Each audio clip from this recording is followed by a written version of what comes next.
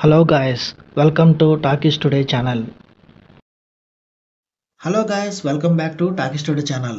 ఈరోజు మనం G5 ఓటీటీలో రీసెంట్గా స్ట్రీమ్ అవుతున్న Kannada dubbing mystery thriller Vritta cinema review ఈ వీడియోలో డిస్కస్ చేద్దాం. ఒక రాత్రి ఒక కారు ప్రయాణం ఒక మనిషి జీవితాన్ని ఎలా మార్చేసింది, ఈ సినిమా ఇచ్చిన థ్రిల్ ఏంటి, మన స్టైల్లో ఈ వీడియోలో డిస్కస్ చేద్దాం. సో వీడియోలోకి వెళ్ళే ముందు మీరు మన ఛానల్ని ఫస్ట్ టైం చూస్తున్నట్టయితే ఒక లైక్ చేయండి, ఒక కామెంట్ చేయండి, అలాగే మన ఛానల్ని సబ్స్క్రైబ్ చేసుకోండి. చాలామంది మన ఛానల్ని సబ్స్క్రైబ్ చేసుకోకుండానే వీడియోస్ చూస్తున్నారు గైస్. మీరు సబ్స్క్రైబ్ చేసుకుని చూడడం వల్ల ఛానల్కి అంత ఎంకరేజ్మెంట్గా ఉంటుంది. సో సబ్స్క్రైబ్ చేసుకుని వీడియోస్ చూడండి. ఇంకా లేట్ చేయకుండా వీడియోలోకి వెళ్ళిపోదాం. Let's get started. ఇక ఈ సినిమా కథ విషయానికి వస్తే, సిద్ధార్థ్ ఒక సాధారణ యువకుడు, కానీ 30 లక్షల అప్పుల్లో కూరుకుపోయి ఉంటాడు. ఆ అప్పు తీర్చడానికి తన స్నేహితుడు చెప్పిన చోటికి రాత్రిపూట కారులో బయలుదేరతాడు. ప్రయాణంలో అతనికి ఒక వింత ఫోన్ కాల్ వస్తుంది. ఒక స్త్రీ తన కొడుకు ప్రాణాపాయలో ఉన్నాడని కాపాడమని ఏడుస్తూ బతిమాలుతుంది. అసలు ఆమె ఎవరు, ఆమెకి సిద్ధార్థ నంబర్ ఎలా దొరికింది? ఈ క్రమంలోనే ఒక వ్యాన్ సిద్ధార్థ కారుని వెంబడిస్తూ ఉంటుంది. ఒక రోడ్డు ప్రమాదంలో సిద్ధార్థ్ ఒక లోయలో పడిపోతాడు. అక్కడి నుంచి ఎలా బయటపడ్డాడు, తన గతాన్ని తన తప్పుల్ని అతను ఎలా ఎదుర్కొన్నాడు అనేది ఈ మిస్టరీ థ్రిల్లర్ స్టోరీ. ఈ సినిమా పాజిటివ్ పాయింట్స్ ఏంటో ఇప్పుడు చూద్దాం. ఈ సినిమాకి మెయిన్ పాజిటివ్ పాయింట్ వచ్చేసి మాహిర్ మొహియుద్దీన్ యాక్టింగ్ అనే చెప్పాలి. సినిమా అంతా దాదాపు ఒక్క పాత్ర చుట్టూనే తిరుగుతూ ఉంటుంది.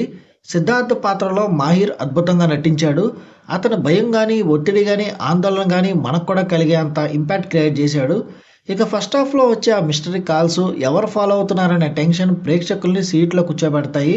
ఇది కేవలం ఒక మర్డర్ మిస్టరీ మాత్రమే కాదు, ఒక మనిషి తన అంతరాత్మతో చేసే పోరాటం అనే చెప్పచ్చు. గతంలో చేసిన తప్పులు కానీ, బంధాలను విస్మరించిన తీరు కానీ చూపించిన విధానం ఆకట్టుకుంటుంది. ఇక చైత్ర జే ఆర్చర్ సప్త స్వరాగాల సినిమాలో చేసిన హీరోయిన్ ఈ సినిమాలో చిన్న రోల్ చేసింది, ఇంపాక్ట్ అయితే క్రియేట్ చేసింది. ఈ సినిమా మైనస్ పాయింట్స్ ఏంటో ఇప్పుడు చూద్దాం. ఈ సినిమా ఒక స్లో బర్న్ థ్రిల్లర్ అని చెప్పొచ్చు. అంటే స్క్రీన్ ప్లే చాలా స్లోగా ఉంటుంది. కమర్షియల్ ఎలిమెంట్స్ ఆశించే వాళ్ళకి ఈ సినిమా అంతగా నచ్చకపోవచ్చు. అంతేకాకుండా సెకండ్ హాఫ్ కూడా ఈ సినిమా బాగా సాగదీసేసిన ఫీలింగ్ అయితే వచ్చింది. ఇక సినిమా ఎండింగ్ అందరికీ అర్థం కాకపోవచ్చు. డైరెక్టర్ కొన్ని విషయాల్ని ప్రేక్షకుల ఊహలకే వదిలేశారు. ఇది సాధారణ ప్రేక్షకులకి కొంచెం కన్ఫ్యూజింగ్ అనిపిస్తుంది. సినిమా అంతా కారులో లేదా అడవిలోనే సాగడం వల్ల కొందరికి ఇది కొంచెం అతిగా అనిపించవచ్చు. ఈ సినిమా టెక్నికల్ డిపార్ట్మెంట్ చూసుకున్నట్టయితే ఈ సినిమాకి అందించిన సినిమాటోగ్రఫీ బాగుంది. ఆ విజువల్స్ అన్నీ బాగున్నాయి. చీకట్లో అడవిలో ఉండే భయంకరమైన వాతావరణాన్ని కెమెరాలో బాగా క్యాప్చర్ చేశారు. ఇక ఈ సినిమాకి అందించిన బ్యాక్గ్రౌండ్ స్కోర్ ఈ సినిమాకే హైలైట్ అని చెప్పాలి. సైలెన్స్ని కూడా మ్యూజిక్తో ఎలివేట్ చేశారు. ఇక డైరెక్టర్ లిఖిత్ కుమార్ విషయానికి వస్తే, ఆయన ఒక డిఫరెంట్ ఎక్స్పెరిమెంట్ అయిన ఈ సినిమాని తెరకెక్కించారు. ఒక రాత్రిలో జరిగే ఈ కథని గ్రిప్పింగ్గా చెప్పడానికి ఆయన చాలా వరకు ప్రయత్నించారు. ఇంకా ఓవరాల్గా చూసుకున్నట్టయితే ఈ వృత్త సినిమా ఒక deep and dark psychological thriller అని చెప్పొచ్చు.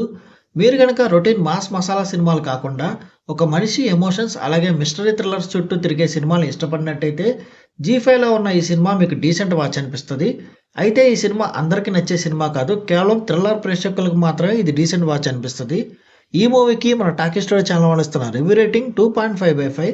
ఇది నా ఒపీనియన్ మాత్రమే. ఈ సినిమాని మీరు ఆల్రెడీ చూసినట్టయితే ఈ సినిమా మీకు ఎలా అనిపించింది అనేది కింద కామెంట్ సెక్షన్లో మెన్షన్ చేయండి. ఇంకెవరైనా మన ఛానల్ని సబ్స్క్రైబ్ చేసుకోకపోతే ఇప్పుడే సబ్స్క్రైబ్ చేసుకోండి. వీలైతే పక్కన ఉన్న బెల్ బటన్ కూడా ప్రెస్ చేసి పెట్టుకోండి. ఇది వాళ్ళ వీడియో గాయస్. మళ్ళీ ఒక మంచి వీడియోతో మీ ముందుకు వస్తాను. Thanks for watching. జై హింద్.